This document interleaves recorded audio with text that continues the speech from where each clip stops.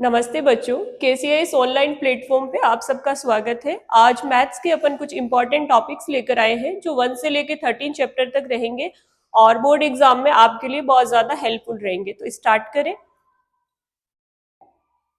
सबसे फर्स्ट देखें अपन relation and function. इस चैप्टर में से अपन को 3 मार्क्स का क्वेश्चन बनता है और तीनों क्वेश्चन या तो छोटे बनते हैं या 1 और 2 मार्क्स का क्वेश्चन बनता है। तो सबसे फर्स्ट देखें अपन type of relation. Type of relation में अपन देखें तो रिफ्लेक्सिव रिलेशन, उसके अंदर जैसे ए और ए एलिमेंट ऑफ आर होना चाहिए। किस तरीके से? जैसे 1 और 1 है उसी तरीके से 2 2 3 3 जो रिलेशन बन रहा है सेल्फ का रिलेशन होना चाहिए। नेक्स्ट देखें अपन सिमेट्रिक रिलेशन। A1 और A2 एलिमेंट ऑफ R है तो A2 और A1 भी वापस एलिमेंट ऑफ R होना चाहिए। किस तरीके से? जैसे 1 और 2 एलिमेंट ऑफ R है तो 2 और 1 वापस एलिमेंट ऑफ R होना चाहिए। नेक्स्ट देखिए अपन ट्रांजिटिव। ट्रांजिटिव के अंदर A1 A2 element of R है तो A2 और A3 भी एलिमेंट ऑफ R है, तो उसके लिए वापस रिलेशन A1 A3 है तो दिया गया रिलेशन कैसा होगा? अपना ट्रांजिटिव रिलेशन होगा। अगर कोई एलिमेंट एंड हो जाता है जैसे 1 और 2 है और नेक्स्ट आपका 2 पे एंड हो गया, जैसे 1 1 से आ रहा है, 1 1 है आपके रिलेशन में और 1 2 2 से कोई नया एलिमेंट स्टार्ट नहीं हो रहा है, तो वो रिलेशन हमेशा कैसा होता है? अपना ट्रांजिटिव रिलेशन होता है। अब देखें अपन तुल्यता संबंध, इक्विवेलेंस रिलेशन। इक्विवेलेंस रिलेशन में तीनों रिलेशन का होना जरूरी है जो अपन ने पहले देखे थे। तो वो अगर तीनों होते हैं, समतुल्य है, सममित है और संक्रामक, तो वो रिलेशन अपना कैसा होगा? इक्विवेलेंस रिलेशन होगा। नेक्स्ट देखिए अपन टाइप ऑफ फंक्शन। यहां से भी क्वेश्चन बनता है, छोटा क्वेश्चन या तो रिलेशन और फंक्शन से बनेगा या फिर अपना यहां से बन जाएगा। तो अपन देखें 1 1 1 1 के अंदर हर एक इनपुट का आउटपुट बनना चाहिए। किस तरीके से? अपन देखें यहां पे इधर 1 2 3 और इधर A B और C दे रखा है, तो सिंगल इमेज बननी चाहिए। जैसे A का 1 के साथ हो गया, 2 का B के साथ हो गया, 3 का C के साथ रिलेशन हो गया। बट कोई भी रिलेशन ऐसा नहीं होना चाहिए जैसे 3B की भी इमेज बना रहा है, डबल इमेज नहीं बननी चाहिए, सिंगल सिंगल इमेज होनी चाहिए। तो वो अपना कैसा होता है? 1 1 होता है। उसके बाद में अपन बात करें ऑन टू। ऑन टू के अंदर कोडोमेन का ध्यान रखना है। कोडोमेन का कोई भी एलिमेंट प्री इमेज के विदाउट नहीं रहना चाहिए। मतलब यहां पर जो अपना कोडोमेन है वही पूरा रेंज बनना चाहिए। 1 2 3 इधर ले, 1 का इससे रिलेशन हो गया, 2 का इससे हो गया, 3 का इससे हो गया, तो ये रिलेशन जो है वो 1 1 हो सकता है। बट ऑन टू रिलेशन के लिए जैसे डी है तो इसका एक प्री इमेज इधर बनना चाहिए, तो ये वाला जो रिलेशन बनेगा वो अपना रिलेशन होगा ऑन टू। नेक्स्ट देखें अपन बाइजेक्टिव। बाइजेक्टिव के अंदर दोनों रिलेशन जो है अपने जो फंक्शंस बन रहे हैं वो एक साथ बनने चाहिए, 1 1 और ऑन टू। किस तरीके से?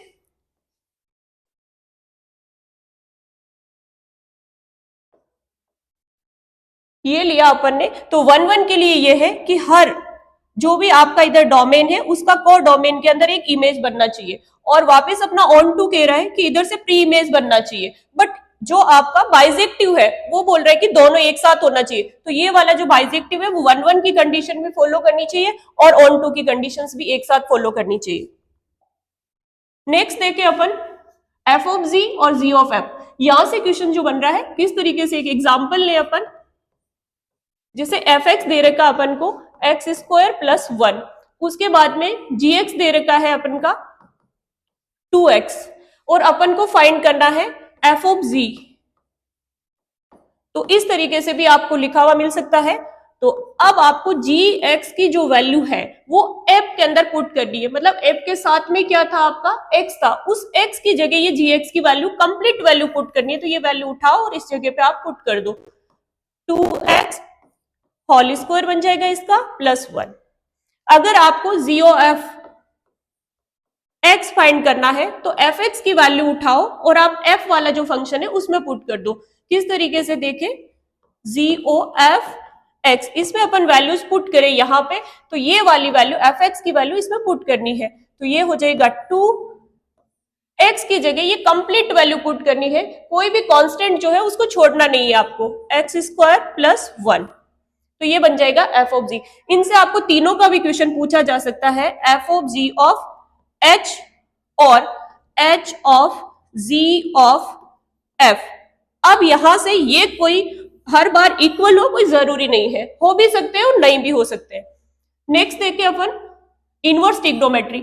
यहां से जो एक क्वेश्चन है वो कंफर्म आपका 2.1 एक्सरसाइज से बनता है और वो स्टेबल बेस्ड क्वेश्चन रहता है, जहां से आपको हो सकता है डोमेन भी पूछ ले और हो सकता है आपसे रेंज भी पूछ ले, और दूसरा प्रिंसिपल वैल्यू का आपका क्वेश्चन बनता है। तो आपको प्रिंसिपल वैल्यू देखने के लिए आपको पहले इस टेबल का याद होना जरूरी है। किस तरीके से कि y equal to sine inverse x. Sine inverse x की जो रेंज रहेगी वो -π/2 से π/2 के बिटवीन रहेगी, और जब आपका कैपिटल ब्रैकेट आ रहा है तो ये दोनों वैल्यूज आपकी शामिल होगी साथ में, -π/2 भी इंक्लूड होगी और π/2 भी इंक्लूड होगी, तो इनके बिटवीन ही वैल्यू लेनी है। कोस इनवर्स एक्स को देखें तो इसकी वैल्यू जो होगी वो 0 से लेके पाई तक वेरी करेगी। टेन इनवर्स एक्स की देखें तो इसकी जो वैल्यू रहेगी वो -π/2 और π/2 के बिटवीन रहेगी, बट इस जगह पे आपको ध्यान रखना है कि π/2 को -π/2 को और π/2 को इंक्लूड नहीं करना है, जबकि साइन वाली वैल्यू में आपको इंक्लूड करना है। नेक्स्ट देखें कोटेक्स। कोटेक्स की जो रहेगी वो 0 और पाई इनके बिटवीन ही रहेगी, 0 और पाई दोनों इंक्लूड नहीं है यहाँ पे। नेक्स्ट बात करें सेग इनवर्स एक्स की। सेग इनवर्स एक्स में वैल्यू जो रहेगी वो 0 से पाई रहेगी बिटवीन, बट अपन बात करें π/2 ये वाली वैल्यू आपको क्या करना है, स्किप करना है, ये इंक्लूड नहीं होगी इसमें से। और जो कर्ली ब्रैकेट में दे रखा होता है उसका मीनिंग ये रहता है कि केवल वैल्यू जो है उसी वैल्यू को छोड़ना है। नेक्स्ट देखिए अपन y कोशेक इनवर्स x। इसमें जो वैल्यूज रहेगी वो -π/2 से π/2 और -π/2 बोथ इंक्लूड है, बट 0 इसमें से जो बीच में वैल्यू आ रही है उसको आपको हटाना है।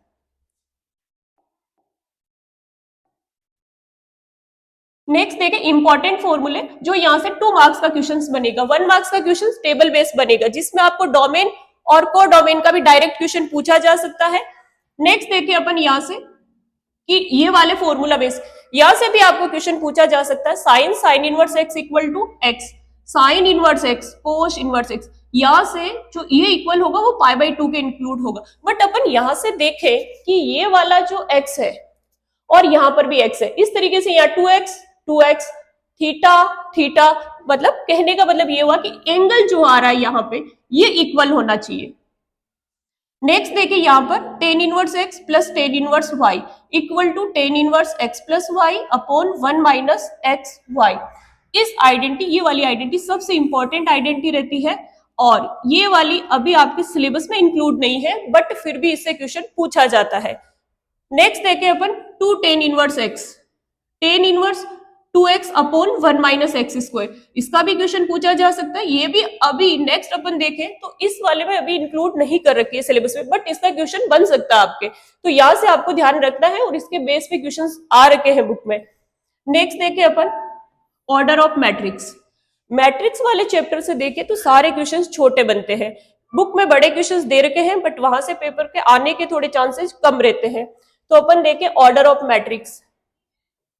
मैट्रिक्स जो रहेगा आपका ऑर्डर जो रहेगा किस तरीके से डिनोट की जाती है मैट्रिक्स को, तो ए आई और जे। अब अपन देखें यहां से ऑर्डर जो रहेगा वो रहेगा m/n, यहां से केवल ऑर्डर ही है, यहां से कोई क्वेश्चन ऐसे बन नहीं रहा पर्टिकुलर। हाँ, यहां से इंपॉर्टेंट क्वेश्चन बन रहा है कि आपको मैट्रिक्स से total number of elements they देते हैं, किस तरीके से कि 8 एलिमेंट दे दिए, तो आपको फाइंड कैसे करना है अपन देखें। सबसे फर्स्ट आप 1, जो भी आपको दे रखा है टोटल नंबर ऑफ एलिमेंट वो बना दो 1 into 8। 8 दे रखा तो 8, 16 दे रखा तो 16, 32 दे रखा तो 32, 64 दे रखा तो 64।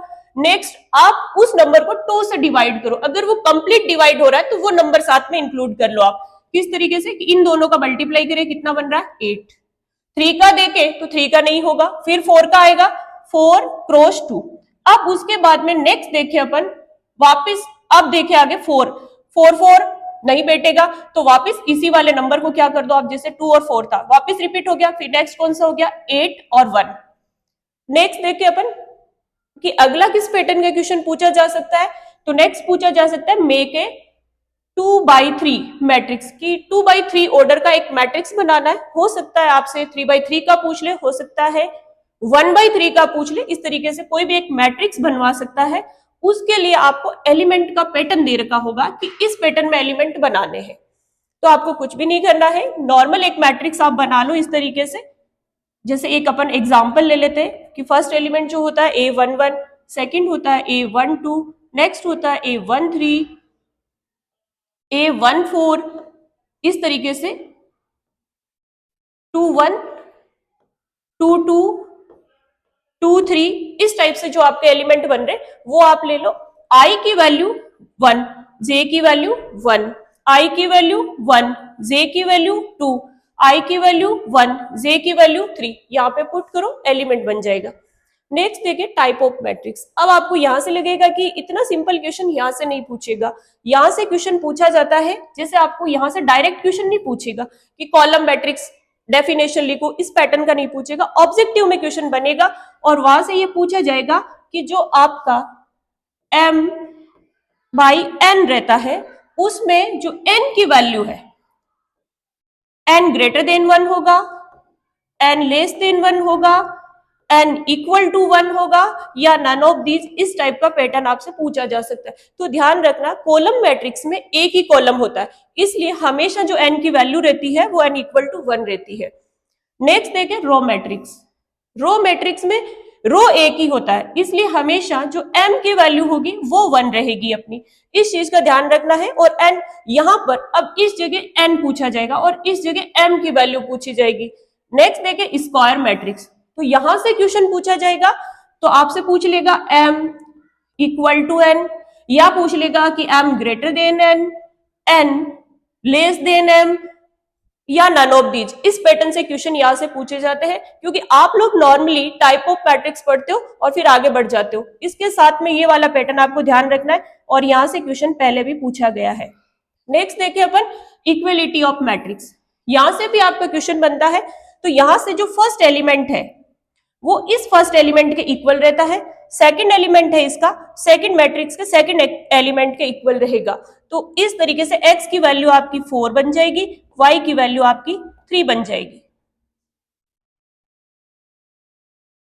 Transpose of matrix, transpose of matrix में देखें तो मैट्रिक्स में रो को आप कॉलम में कन्वर्ट कर दो, कॉलम को रो में कन्वर्ट कर दो, उसको बोलते हैं ट्रांसपोज ऑफ मैट्रिक्स। अगर दो मैट्रिक्स को आप ऐड करते हो और उसके बाद में उसका ट्रांसपोज करते हो, या आप क्या करो सिंगल सिंगल मैट्रिक्स का पहले ट्रांसपोज करो और फिर ऐड करो, तो दोनों क्या होते हैं आपके इक्वल होते हैं।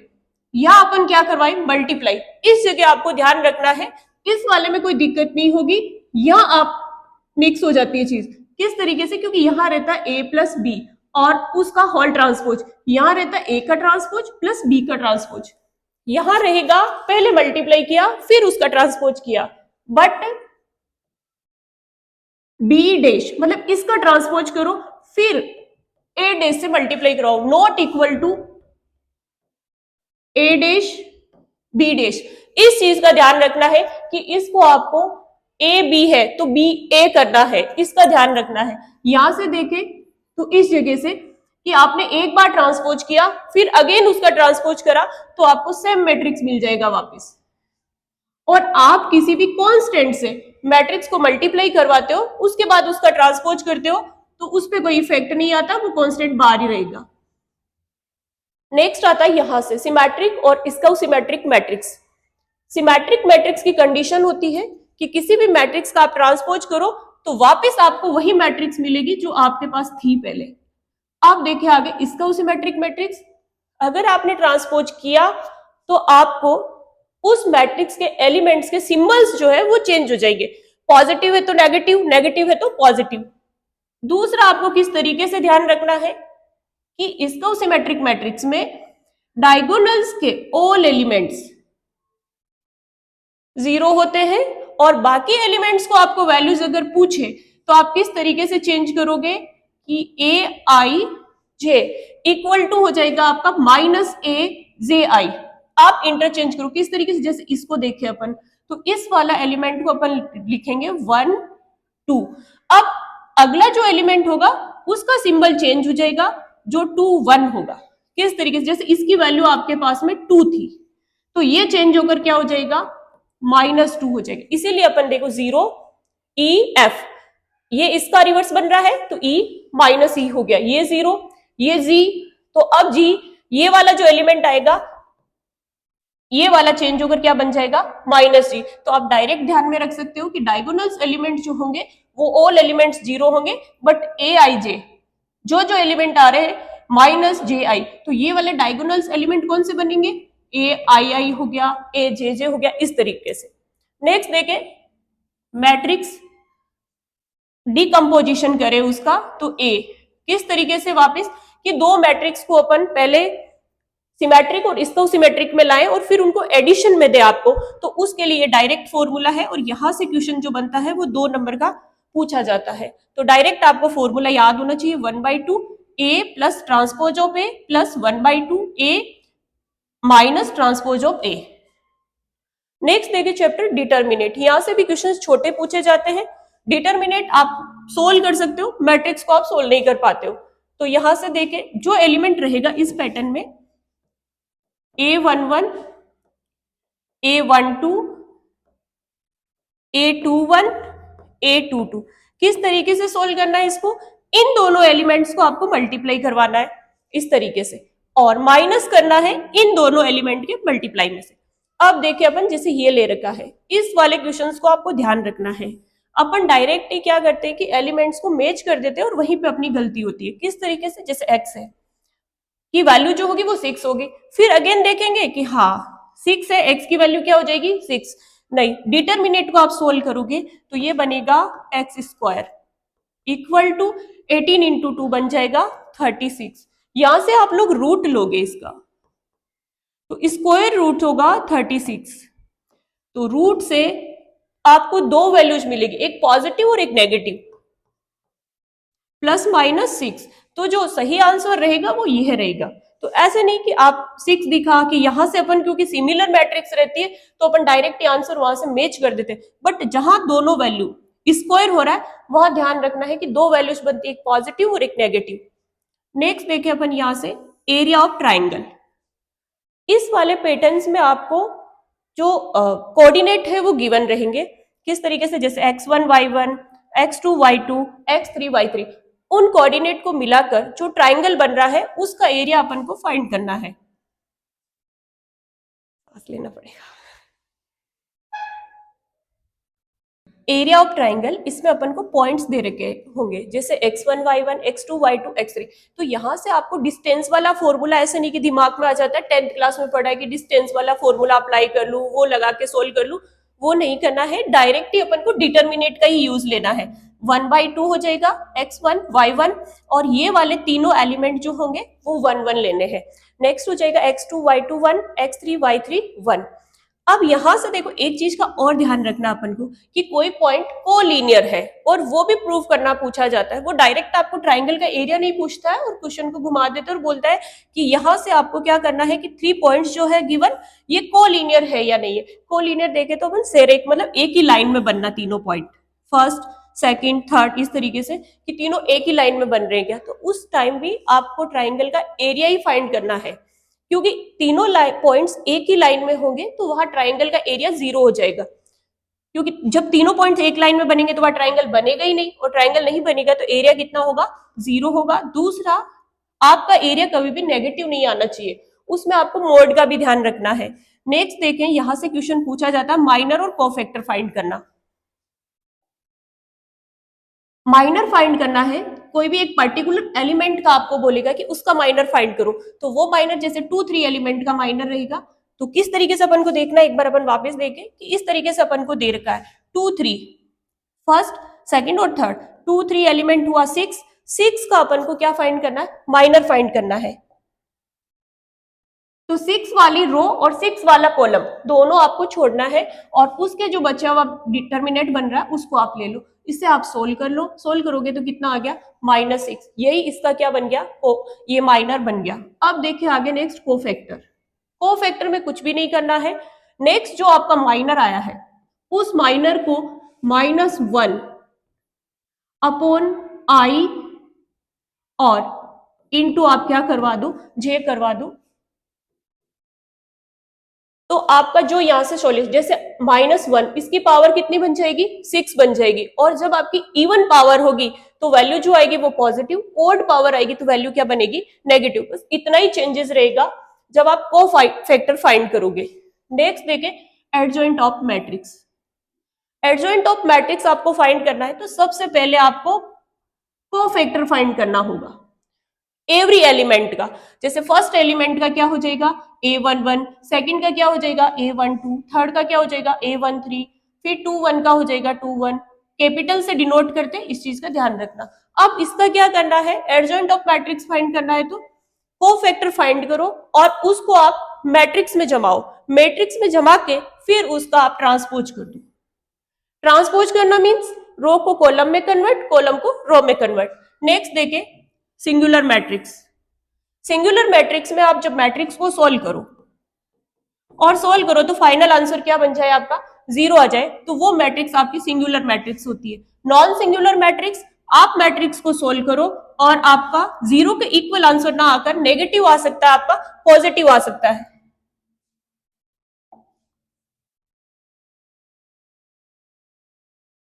उसके बाद में देखें अपन इस तरीके से अपन को आगे भी अगर देखना है कि आपको ऑर्डर दे रखा है, वहां से आपको बोले कि इसका एडजॉइंट ऑफ मैट्रिक्स किस तरीके से बनेगा, किसके इक्वल होगा, तो आपको ऑर्डर दे रखा है जैसे 2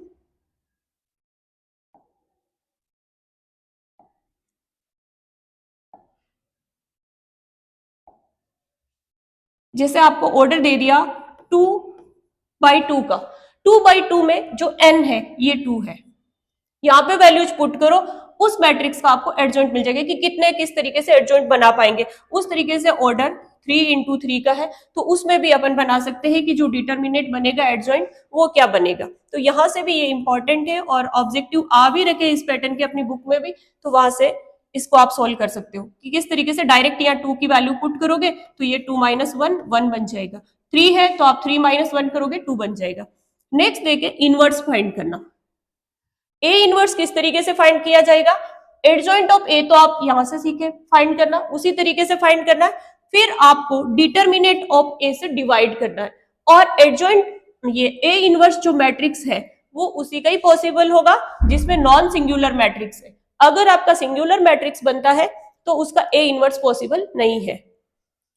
नेक्स्ट आपको यहां से छोटा क्वेश्चन पूछा जा सकता है, इसमें 3 का भी दे रखा है बट वहां से बनने के चांसेस थोड़े कम रहते हैं, बट एक बार आप देख सकते हो उसको भी यहां से किस तरीके से कि आपको कोई भी दे दिया इक्वेशन सोल्व करना, 2x + 3y = 3 दे दिया, 4x + 2y = 1 दे दिया। इस जगह से आपको बोले कि फाइंड करना है value of x। x value find करना मींस x की वैल्यू फाइंड करो, y की वैल्यू फाइंड करो।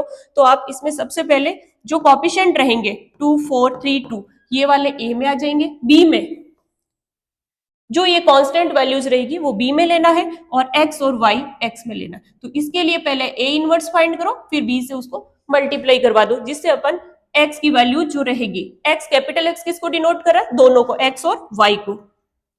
नेक्स्ट देखें A B inverse. A B का इनवर्स भी वैसे ही है जैसा अपन ने अभी ट्रांसपोज देखा था कि ए बी इसका ट्रांसपोज कर रहे हो तो वो किसके इक्वल हो रहा था, बी डैश और ए डैश के। सेम वैसे ही अपन को यहां से इनवर्स भी ध्यान में रखना है कि ए बी का अगर आप इनवर्स फाइंड कर रहे हो तो वो B inverse dot A inverse के इक्वल रहेगा।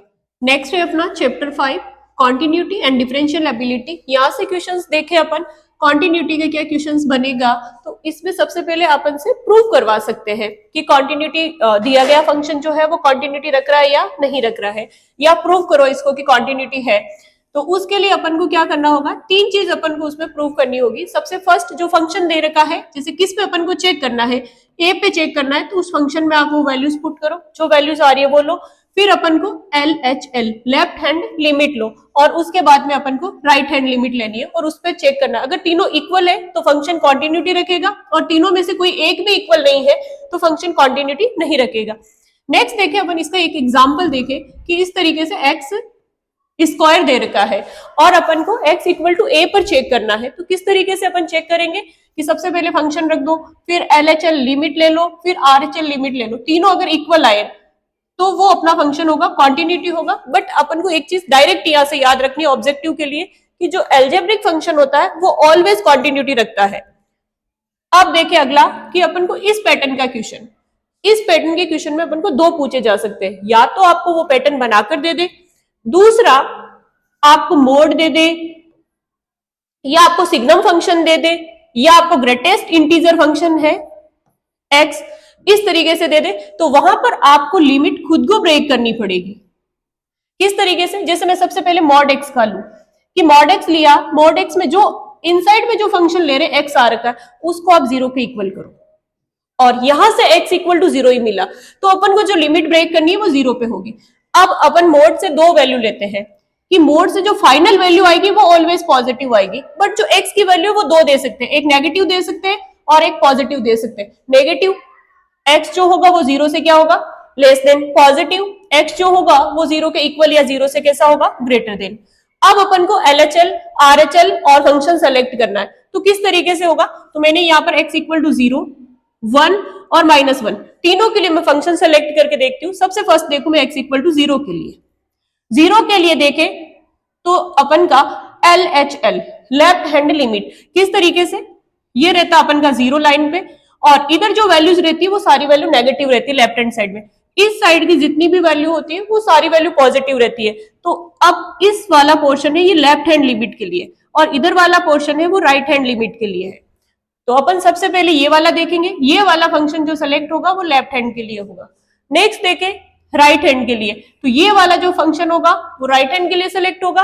अब बात करें कि हम फंक्शन के लिए कौन सा सेलेक्ट करें, तो फंक्शन के लिए जहां इक्वल है, जैसे 0 पे सेलेक्ट करना है तो इक्वल किस पे दे रखा है? x 0 पे, ये वाला फंक्शन दे रखा है, तो ये फंक्शन सेलेक्ट हो जाएगा। अब नेक्स्ट बात करें कि अगर 1 का पूछ ले तो हम इसी फंक्शन को किस तरीके से सेलेक्ट करेंगे। इस जगह पे ध्यान रखना है कि अगर आपको LHL सेलेक्ट करना है तो अपन किसकी बात करें? 1 की, और ये तो जो वैल्यू आ रही है वो 0 से ही छोटी है, तो अपन को कौन सा सेलेक्ट करना है? ये वाला, जहां 0 से बड़ी वैल्यूज आ रही, तो ये फंक्शन सेलेक्ट होगा LHL के लिए। अब बात करें RHL के लिए, तो RHL में तो यही वाला फंक्शन आना 1 के लिए, और फंक्शन के लिए तो 1 आ गया, ये वाली वैल्यू जो है वो 0 से ही छोटी है, तो 1 0 से बड़ी है, 0 के बराबर जो वैल्यूज होगी वो किस में इंक्लूड होगी? इसी फंक्शन में। तो तीनों के लिए कैसा फंक्शन होगा सेलेक्ट? सेम फंक्शन सेलेक्ट होगा, वो होगा x। अब बात करें -1 कि -1 के लिए कौन सा फंक्शन सेलेक्ट होगा, तो अपन सबसे पहले देखें LHL के लिए। LHL के लिए 0 से छोटा, और -1 0 से छोटा है, तो कौन सा फंक्शन सेलेक्ट होगा? -1।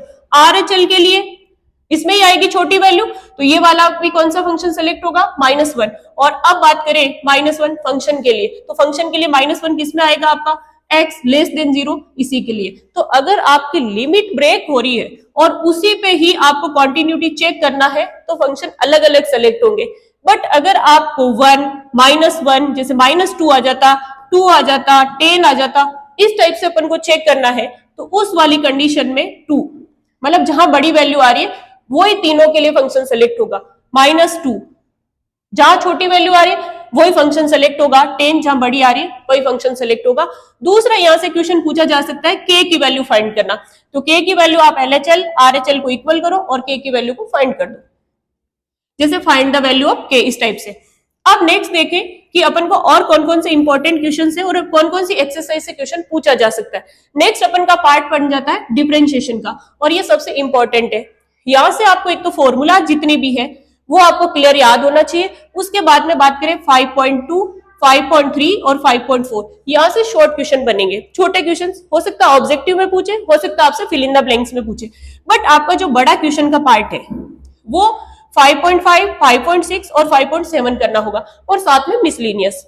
उसके बाद में नेक्स्ट देखें application of derivatives. Application of derivatives में सबसे इंपॉर्टेंट और पहला क्वेश्चन जो बनता है वो बनता है rate of change of quantities, क्योंकि डिफरेंशिएशन का मीनिंग ही यहां से यही रहता है कि आपको जो भी आप चेंज फाइंड कर रहे हो वो देखो। तो rate of change of quantities में देखें तो यहां से आपसे पूछा जा सकता है, सबसे इंपॉर्टेंट क्वेश्चन बनता है जैसे सर्कल का, स्पायर का, तो यहां से सर्कल का पूछे कि आपको चेंज फाइंड करना है, बट यहां से ध्यान रखना सबसे ज्यादा मिस्टेक इसी जगह होती है कि क्वेश्चन चेंज जो पूछ रहा है वो रेडियस के रेस्पेक्ट में पूछ रहा है या टाइम के रेस्पेक्ट में पूछ रहा है। अगर रेडियस के रेस्पेक्ट में पूछा, जैसे एरिया में चेंज पूछा, तो एरिया का डिफरेंशिएशन आप रेडियस के रेस्पेक्ट में करोगे, और अगर आपको टाइम के रेस्पेक्ट में पूछ रहा है या पर रेट पूछ रहा है, तो उस वाली कंडीशन में आप जो डिफरेंशिएशन करोगे एरिया का वो टाइम के रेस्पेक्ट में करोगे। दूसरी यहां पर गलती होने का चांसेस कि आपकी रेडियस जो है वो वेरिएबल की फॉर्म में काम कर रही है ना कि कांस्टेंट की फॉर्म में, तो आपको आर का भी साथ में डिफरेंशिएशन करना होगा। इस चीज का आपको यहां से ध्यान रखना, बाकी इस चैप्टर में ऐसी कोई दिक्कत नहीं रहेगी। दूसरा बड़ा क्वेश्चन कहां से पूछा जाएगा, इंक्रीजिंग और डिक्रीजिंग फंक्शन से। यहां से आपसे इंटरवल पूछा जाएगा कि इंक्रीजिंग इंटरवल कौन सा रहेगा, डिक्रीजिंग कौन से में रहेगा फंक्शन। तो सबसे फर्स्ट क्या करना होगा, आपको जो भी आपको फंक्शन दे रखा है उसका आपको डिफरेंशिएशन करना होगा, और डिफरेंशिएशन करके जैसे डिफरेंशिएशन किया एफ डेस एक्स, उसको आपको 0 के इक्वल करो और आप x की वैल्यूज फाइंड करो। अब आप यहां से देखोगे कि आपने डिफरेंशिएशन करा और डिफरेंशिएशन करते ही आपने देखा कि जो डिफरेंशिएशन आया वो या तो 0 आ गया या ग्रेटर देन 0 आ गया या लेस देन 0 आ गया। तो अगर ग्रेटर देन 0 आया तो वो फंक्शन उस इंटरवल के अंदर कैसा होगा, इंक्रीजिंग। लेस देन 0 आया तो वो कैसा हो जाएगा, डिक्रीजिंग। और अगर एफ डेस इक्वल टू 0 है तो इंटरवल क्या करेंगे, अपन आगे वैल्यूज रखेंगे और इस तरीके से वापस फंक्शन के अंदर वैल्यूज पुट करोगे आप, और पुट करके आप देखोगे कि एक पे पॉजिटिव आ रहा है तो अल्टरनेट नेक्स्ट पे वो कैसा होगा, नेगेटिव। मतलब इस पे इंक्रीजिंग हुआ, इस पे डिक्रीजिंग हुआ, नेक्स्ट आगे इंटरवल फाइंड करोगे तो पॉजिटिव, तो उस पे क्या हो जाएगा, वापस डिक्रीजिंग हो जाएगा। नेक्स्ट देखिए इसमें से और कौन सा क्वेश्चन बनता है, मैक्सिमा और मिनिमा का। मैक्सिमा मिनिमा किस तरीके से फाइंड करना है, सबसे फर्स्ट जो भी आपको फंक्शन दे रखा है उस फंक्शन का आपको एक बार डिफरेंशिएशन करना होगा। डिफरेंशिएशन करके उस डिफरेंशिएशन को आपको 0 के इक्वल लेना होगा। 0 के इक्वल लोगे तो वहां से आपके पास जो वेरिएबल रहेगा, मोस्टली जो वेरिएबल रहता है या x ही रहता है, उस x की वैल्यू आप फाइंड करोगे। फाइंड करके x की वैल्यू आपने फाइंड कर ली, फिर आपको क्या करना होगा, उसका अगेन डिफरेंशिएशन करना होगा, डबल डिफरेंशिएशन।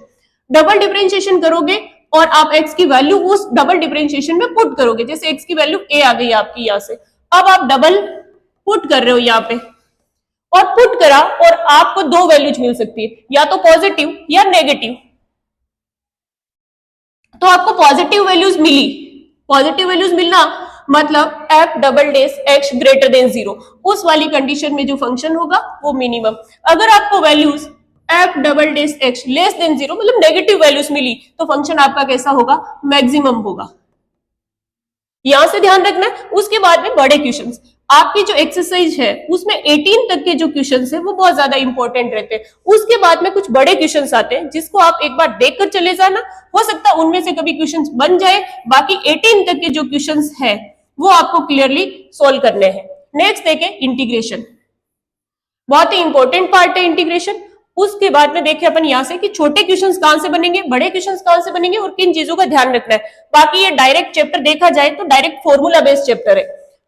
अब देखें यहां से 7.1, 7.2, 7.3 इन तीनों एक्सरसाइज से आपसे छोटे क्वेश्चन पूछे जा सकते हैं। अगर इनमें से भी देखें कि हमें थोड़े से बड़े क्वेश्चंस का अगर कुछ देखना है तो कौन से पार्ट का हम ध्यान रखें, तो यहां से जो साइन थीटा, कोस थीटा, इनसे रिलेटेड जहां आइडेंटिटी अप्लाई होकर कुछ सोल्व हो रहा है तो वहां से आपको इस वाले चैप्टर में से ध्यान रखना होगा। उसके बाद में से देखें 7.4, यहां से क्वेश्चन बड़ा पूछा जाता है जो इस पैटर्न में आता है, और ये वाला पैटर्न आपको सोल्व करने के लिए परफेक्ट स्क्वायर बनाना होता है। परफेक्ट स्क्वायर बनाना अपन समझे तो किस फॉर्म में लाना, a प्लस बी का होल स्क्वायर या माइनस वाला इस जगह पे इस फॉर्म में लाना। मीन्स कहे तो अपन a square plus 2ab plus B square, और माइनस है तो सिंबल यहाँ कौन सा आ जाएगा, माइनस का जाएगा। इस फॉर्म में अपन को लेकर आना होता है और फिर अपन को डायरेक्ट फॉर्मूला अप्लाई करना होता है। दूसरा अपन देखें कि और कहां दिक्कत आती है, एक अपन इसमें सोल्व करते हैं तो ये देखते हैं कि इस वाले को अपन लेट भी करते हैं और ऊपर जो पोर्शन दिया हुआ रहता है वो बन जाता है डिफरेंशिएशन में। बट कुछ क्वेश्चंस ऐसे होंगे जहां इसका डिफरेंशिएशन करोगे तो वापस px प्लस क्यू नहीं बनेगा, और इस वाले फॉर्मूले को सबसे ज्यादा स्किप कर दिया जाता है कि क्योंकि अलग से आता है ये फॉर्मूला। तो इसको आपको याद रखना है कि यहां से अगर आप डिफरेंशिएशन करो और वापस जो आपकी न्यूमरेटर की टर्म्स है वो नहीं बन रही है तो उसके लिए आपको ये वाला फॉर्मूला अप्लाई करना होगा। a dx मतलब इस नीचे वाले का आप डिफरेंशिएशन करो प्लस b। a और b है क्या यहाँ पर, तो a और b यहाँ पर कांस्टेंट रहेंगे, जो आप x की वैल्यूज को 0 या 1 या -1 2 इस तरीके से पुट करके आप लोग a और b की फाइंड कर लोगे, फिर इसको चेंज कर लोगे, फिर ये वाला इस फॉर्म में वापस कन्वर्ट हो जाएगा। नेक्स्ट देखें पार्शियल फ्रैक्शन। 7.5 पार्शियल फ्रैक्शन पे क्वेश्चंस बनते हैं।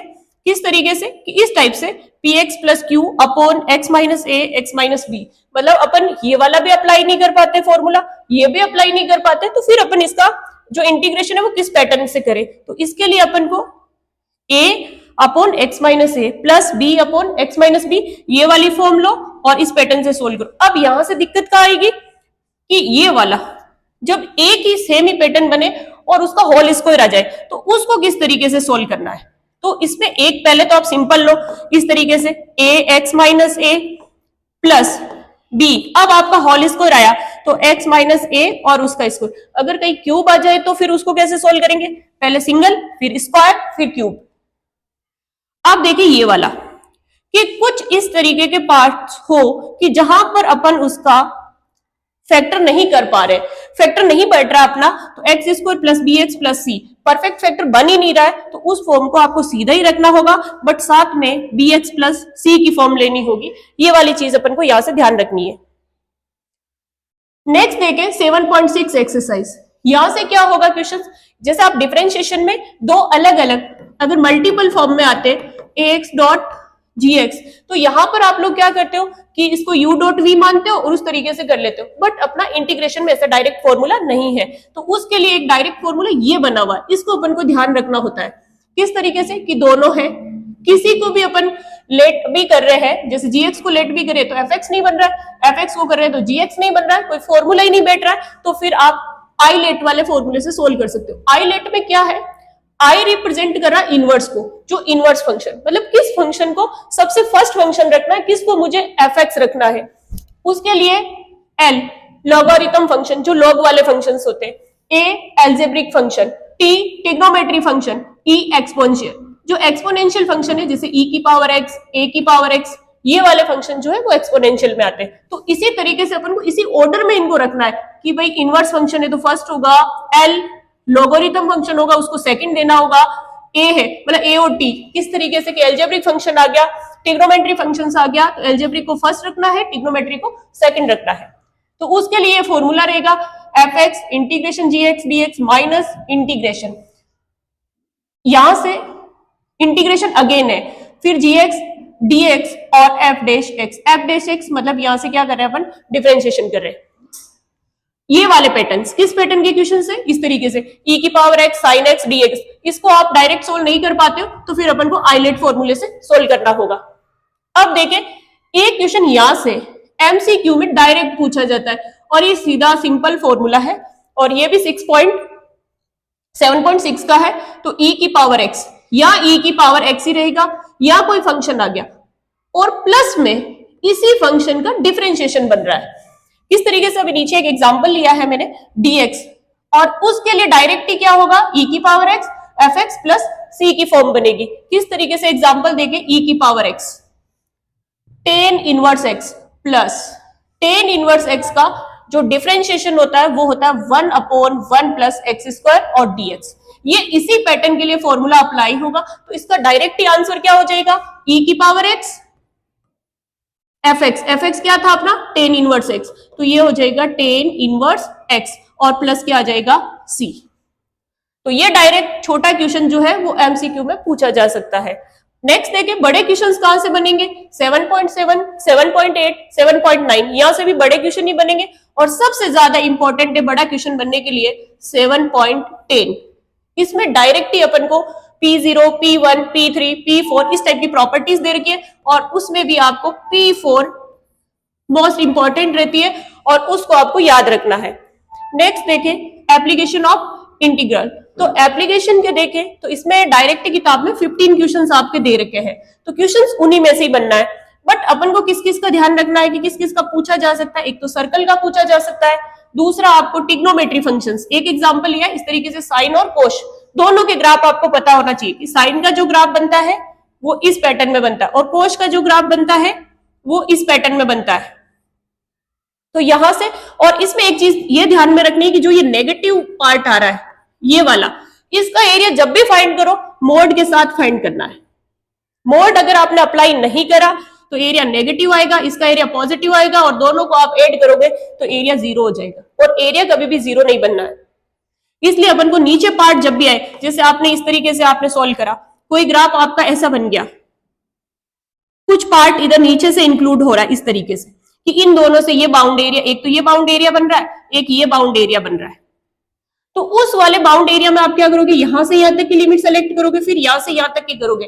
बट अगर आपने इस वाले को देखोगे तो ये एरिया जो आएगा वो नेगेटिव सिंबल में आ जाएगा। तो उस टाइम आपको क्या करना है कि इसका एरिया जब भी फाइंड करो नीचे वाले पोर्शन का, तो उसके लिए आप मोड अप्लाई कर दो। मोड अप्लाई करोगे तो वैल्यू पॉजिटिव मिलेगी और दोनों पॉजिटिव एड होकर आपका फाइनल एरिया बनेगा।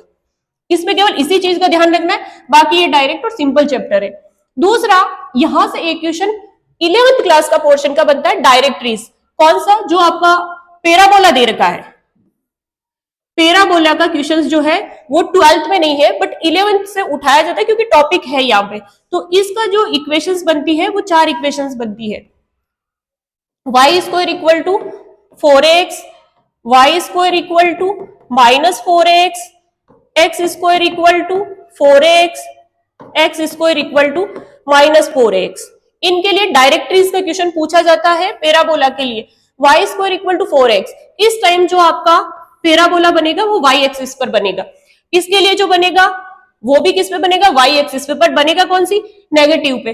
इसका जो बनेगा वो किस पे बनेगा, पॉजिटिव x एक्सिस पर बनेगा। और ये किस पर बनेगा, नेगेटिव एक्सिस। कौन सी एक्सिस पर बनेगा, ये यहां से डिफाइंड होता है इस जगह से कि या x आ रखा है या y आ रखा है, क्या आ रखा है। जैसे या y आ रखा था, इधर y आ रखा था, तो ये y पे बन जाएगा, ये किस पे बन जाएगा, अपना x एक्सिस पे बन जाएगा। अब अपन यहां से देखें कि अपन को इस पैटर्न में अगर ध्यान रखना है तो डायरेक्ट्रीज किस तरीके से, जैसे मैंने एक इस तरीके से पैराबोला लिया, ये वाला y square equal to 4ax, 4 यहाँ फॉर्मूले में ही आ रहा है, तो 4 के साथ में जो मल्टीप्लाई में आ रहा है a, वो इसकी डायरेक्ट्रीज होगी और डायरेक्ट्रीज इस साइड में बनती है।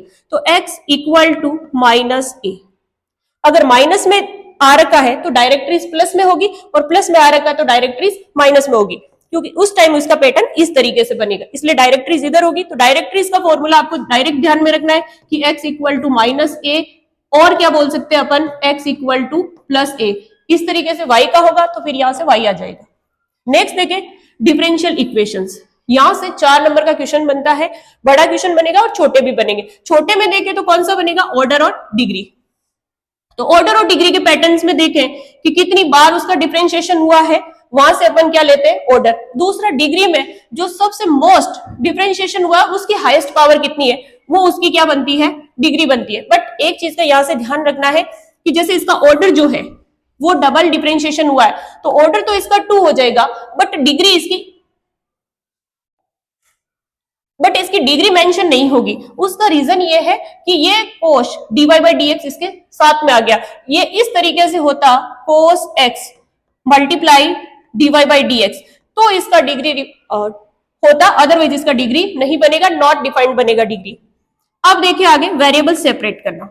इसमें मेथड आते हैं अपने, जो यहां से 4 नंबर का क्वेश्चन बनेगा, या तो सेकंड या थर्ड या फोर्थ, इन तीनों पैटर्न में से। तो सबसे फर्स्ट अपन को देखना है कि मुझे डिफरेंशियल इक्वेशन अगर फाइंड करनी है तो सबसे फर्स्ट आप यही देखो कि इनको सेपरेट कर सकते क्या। सेपरेट करने का सेंस ये हुआ कि 2 माइनस y जो है वो dy के साथ आना चाहिए और x प्लस 1 है वो किसके साथ आना चाहिए, dx। तो सीधा समझे तो अपन ये कह सकते हैं कि x वाला पोर्शन है वो dx के साथ, y वाला पोर्शन है वो dy के साथ होना चाहिए। और फिर बोथ साइड में अपन क्या कर देंगे, इंटीग्रेशन कर देंगे, जिससे अपन ने जो डिफरेंशिएशन का इफेक्ट है वो क्या हो जाएगा, हटेगा और अपना x और y की फॉर्म में इक्वेशन बनेगी। दूसरा, इक्वेशन को लिखते टाइम क्या ध्यान रखना है कि इक्वेशन कंप्लीट y के इक्वल रखनी है। बाकी जितना भी x का पोर्शन होगा, c होगा कांस्टेंट, वो एक साइड में रहेगा और y एक साइड में रहेगा। दूसरा देखें कि अगर वेरिएबल सेपरेट नहीं हो रहा है तो हम कौन सा मेथड अप्लाई करें, तो फिर होमोजीनियस डिफरेंशियल इक्वेशन का मेथड अप्लाई करो। होमोजीनियस भी क्या है कि जहां पर भी x है, जहां पर भी y है, x की जगह आप क्या पुट करो, लैम्डा x, y की जगह क्या पुट करो, लैम्डा y, और वहां से अगर आपका लैम्डा कॉमन आ जाता है, इस फॉर्म में बन जाता है, तो वो इक्वेशन आपकी कैसी होगी, होमोजीनियस डिफरेंशियल इक्वेशन होगी। उसके लिए आपको अब आगे सोल्व कैसे करना है, तो उसके लिए y equal to vx put करो, और कहीं नीड हो तो x equal to vy put करो, और फिर आप सोल्व करो। और फिर अप्लाई क्या होगा, सेकंड मेथड, वापस वेरिएबल सेपरेट वाला मेथड इसमें अप्लाई हो जाएगा। उसके बाद में देखें कि ये दोनों मेथड भी हमारे अप्लाई नहीं हो रहे, तो फिर कौन सा हो सकता है, फिर लीनियर डिफरेंशियल इक्वेशन इस फॉर्म में मिलेगी, dy by dx plus py equal to q। उस वाले के लिए आपको यहां से एक छोटा क्वेश्चन एमसीक्यू में या फिल इन द ब्लैंक्स में पूछा जाता है, इंटीग्रेटिंग फैक्टर, हिंदी में बोले तो समाकलन गुणांक। तो अब देखिए यहां से IF किस तरीके से फाइंड होगा, E की जो पावर है उसमें क्या लिखो आप, इंटीग्रेशन P dx। अब अपन को उस इक्वेशन का सॉल्यूशन क्या रहेगा, तो उस इक्वेशन का सॉल्यूशन रहेगा y equal to integration factor equal to integration किसका करना है, q और IF equal into dx plus c, ये वाली फॉर्म में। तो ये तीन मेथड थे, वेरिएबल को सेपरेट करो या homogeneous equation, otherwise linear equation. Next देखें चैप्टर 10 वेक्टर अलजेब्रा।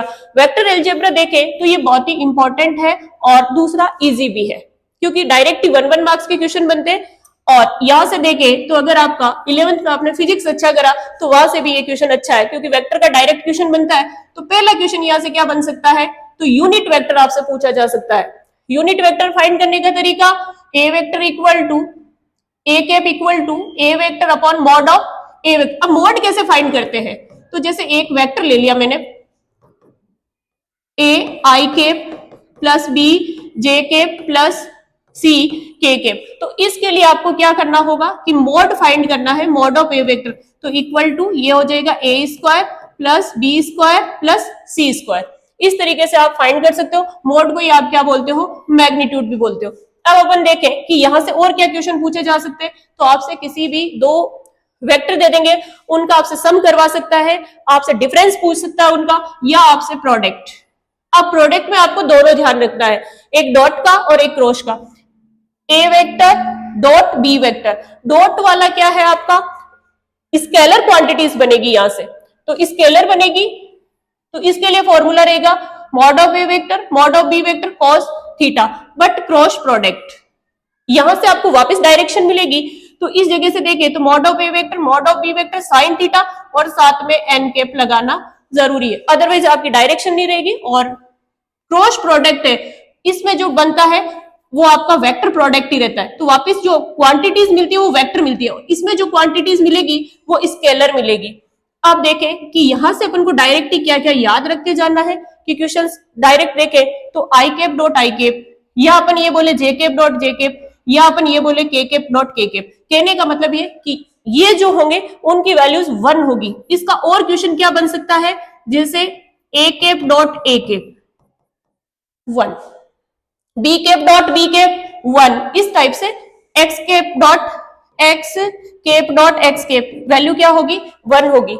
अब देखिए यहां से कि i cap dot j cap dot k cap dot i cap equal to क्या बनता है, 0। अगर सेम आ रहे दोनों तो इनका आंसर क्या रहता है, 1, किसमें, डॉट में।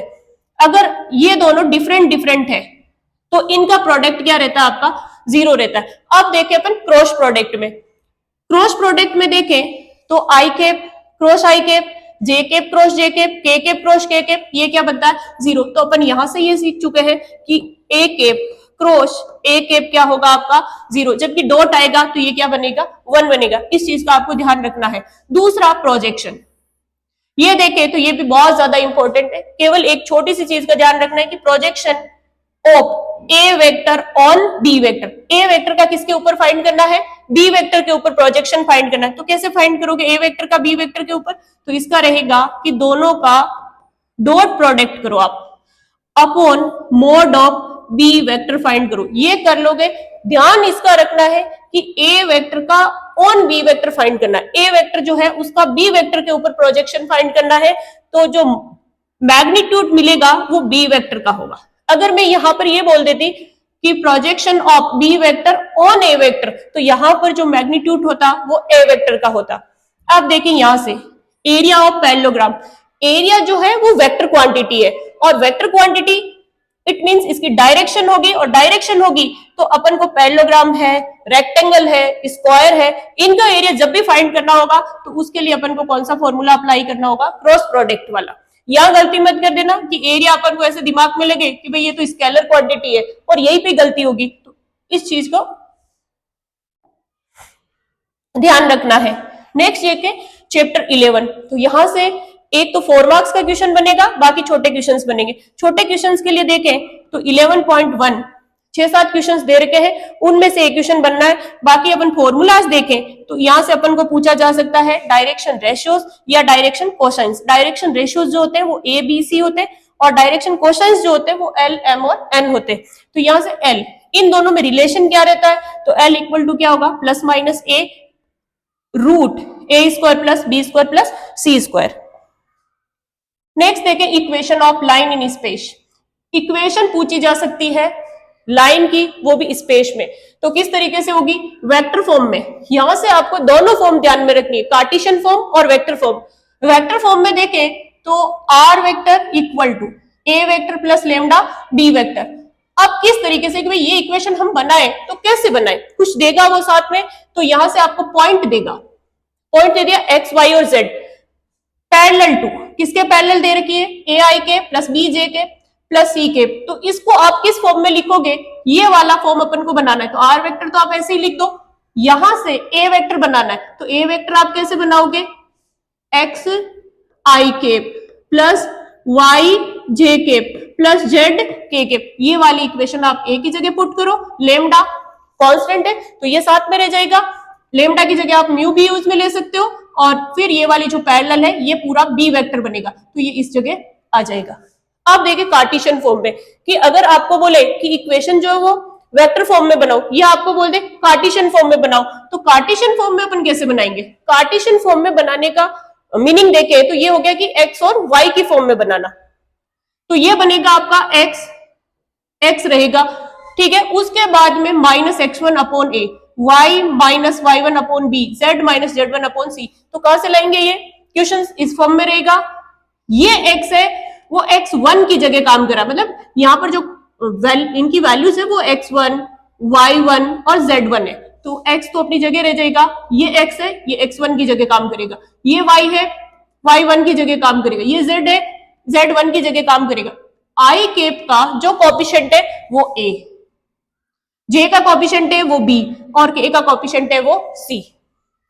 अब देखें यहां से बड़ा 4 नंबर का क्वेश्चन बनेगा, वो या तो एंगल पूछेगा या दो लाइन के बीच में शॉर्टेस्ट डिस्टेंस पूछेगा। तो एक फॉर्मूला तो यहां से बनकर आ रहा है, दूसरा यहां से, इन दोनों में से कंफर्म एक क्वेश्चन बनेगा 4 नंबर का कि या तो ये रहेगा या ये रहेगा। हो सकता है और में क्वेश्चन बनता है, तो हो सकता है कि एंगल और शॉर्टेस्ट डिस्टेंस दोनों और में दे दे, और हो सकता है कि दोनों एंगल के दे दे और दोनों शॉर्टेस्ट डिस्टेंस के दे दे। तो ये गलती यहाँ पर नहीं करनी है कि एक को स्किप कर दे एक पढ़ ले।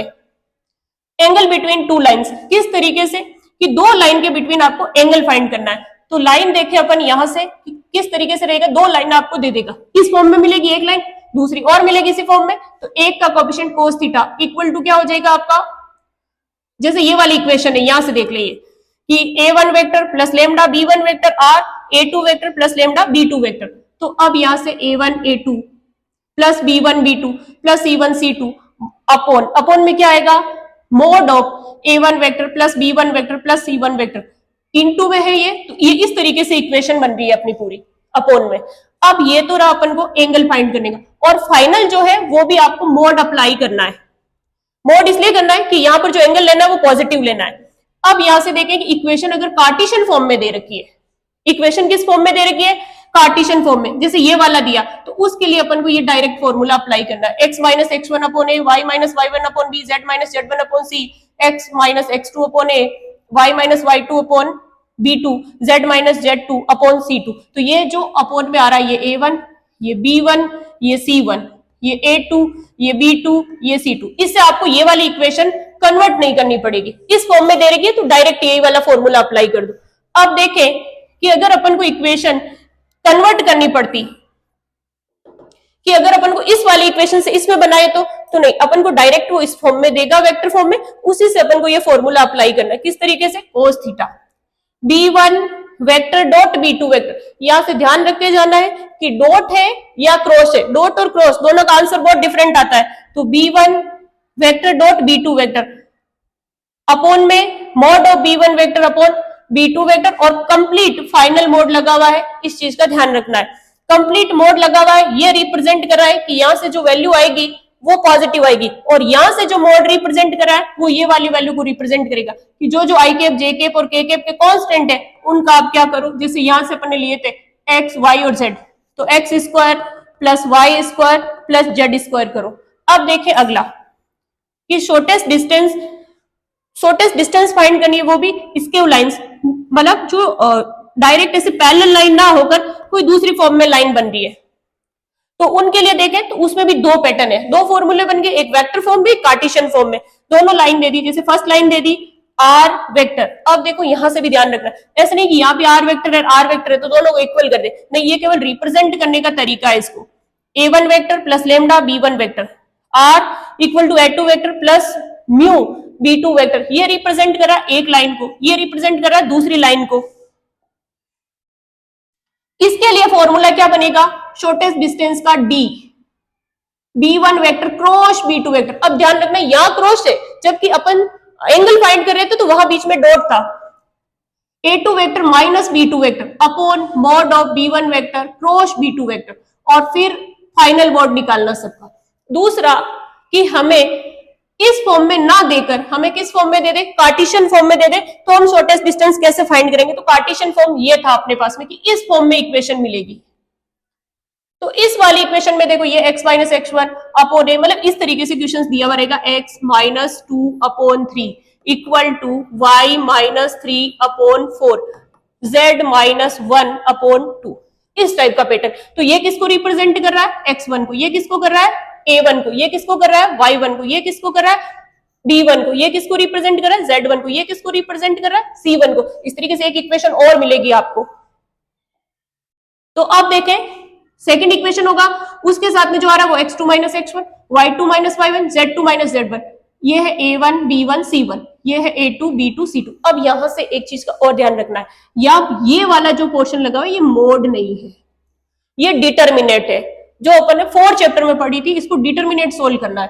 और फिर ये नीचे कंप्लीट इसका रूट है इस तरीके से, और यहां से किस तरीके से वैल्यू ले रखी है a1 b, a2 b1 उसका होल स्क्वायर, फिर b1 c2 minus b2 c1 उसका होल स्क्वायर, फिर c1 a2 minus c2 a1 उसका होल स्क्वायर। अब याद कैसे रखें कि इतना बड़ा ये नीचे वाला आगे पीछे हो जाता है, तो इसको आपको डायरेक्ट कैसे याद रखना होगा, a b, फिर क्या आएगा b c, फिर क्या आएगा c a। पैटर्न बनाओ इसका कि a b b c c a। अब बनाना क्या है, 12 और 21 का पैटर्न बनाना है, मतलब पहले वाले में दोनों क्या आ रहे हैं a b, उसको इंटरचेंज करो a b BC BC CA CA, इस तरीके से लिख लिया। अब इसको चेंज कर दो, फर्स्ट में क्या हो जाएगा 1 2, तो 12 बन गया, 2 1 21। तो इस वाले पैटर्न में आपको याद रखना है पहले कि AB माइनस हो रहा है, फिर BC माइनस हो रहा है, फिर CA माइनस हो रहा है, बट उनमें से हो कौन रहा है, पहले 12 फिर 21, इस तरीके से। तो इसको लगा दो 1 2, तो ये फॉर्मूला आपको याद रह जाएगा। अब देखिए डिस्टेंस बिटवीन पैरेलल लाइन, अगर दोनों लाइन पैरेलल में है तो उसके लिए अपन का एक ही फॉर्मूला है, कार्टेशियन फॉर्म में नहीं है, वो है डायरेक्टली वेक्टर फॉर्म में।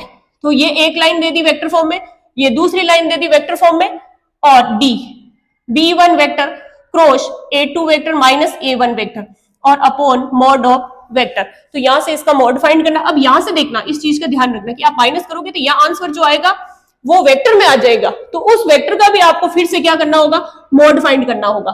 मोड फाइंड करने का सेंस,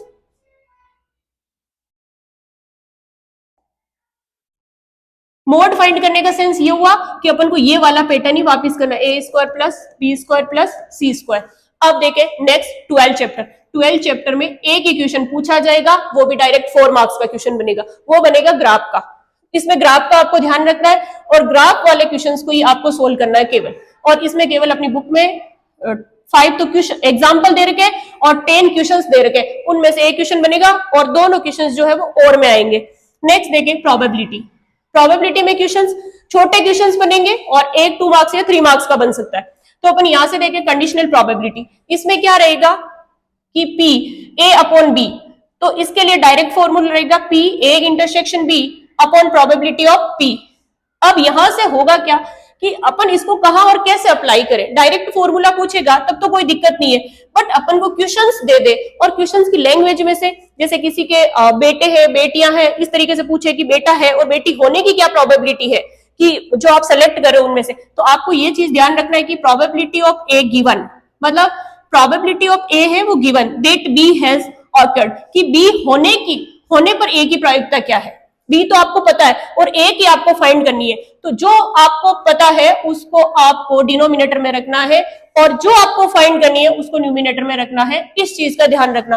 अगर आपको ए पता होती तो उसका फॉर्मूला बनता बी बाई ए, और क्वेश्चन में क्लियर आपको रहेगा गिवन डेट, हिंदी में बोले तो दिया गया है या पता है या ज्ञात है, इन चीजों के नाम को आपको ध्यान रखना है। नेक्स्ट देखें इंडिपेंडेंट इवेंट्स की स्वतंत्र घटनाएं, तो उसके लिए क्या होगा, direct formula P probability of A intersection B equal to probability of A plus probability of B। यहां से डायरेक्ट फॉर्मूले से सीधा एमसीक्यू में क्वेश्चन पूछा जाता है, तो इन दोनों फॉर्मूलाज को आपको ध्यान में रखना है। नेक्स्ट है मल्टीप्लिकेशन रूल, तो मल्टीप्लिकेशन रूल में क्या है, गुणन नियम में, तो यहां से ये है कि इवेंट्स दो है E1 और E2, इनमें से आपको एक प्रोबेबिलिटी आपको गिवन होगी और दूसरी आपसे पूछी जा सकती है, तो ये फॉर्मूला भी आपको ध्यान रखना है। और नेक्स्ट देखें बेयस थ्योरम। बेयस थ्योरम क्या है, बेयस थ्योरम में ये है कि इसमें रिवर्स हो जाता है इस वाले का, कंडीशनल प्रोबेबिलिटी का, कि इसमें जैसे पहले से आपको पता है उसको इंटरचेंज करता है कि ये तो पता है फिर अब ये फाइंड करो। कैसे, अपन एक एग्जांपल ले, दो बैग है आपके पास में,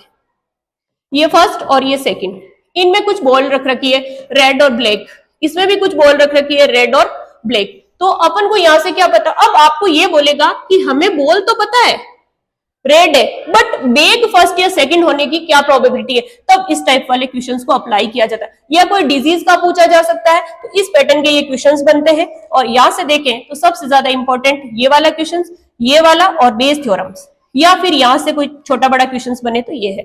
थैंक यू सो मच।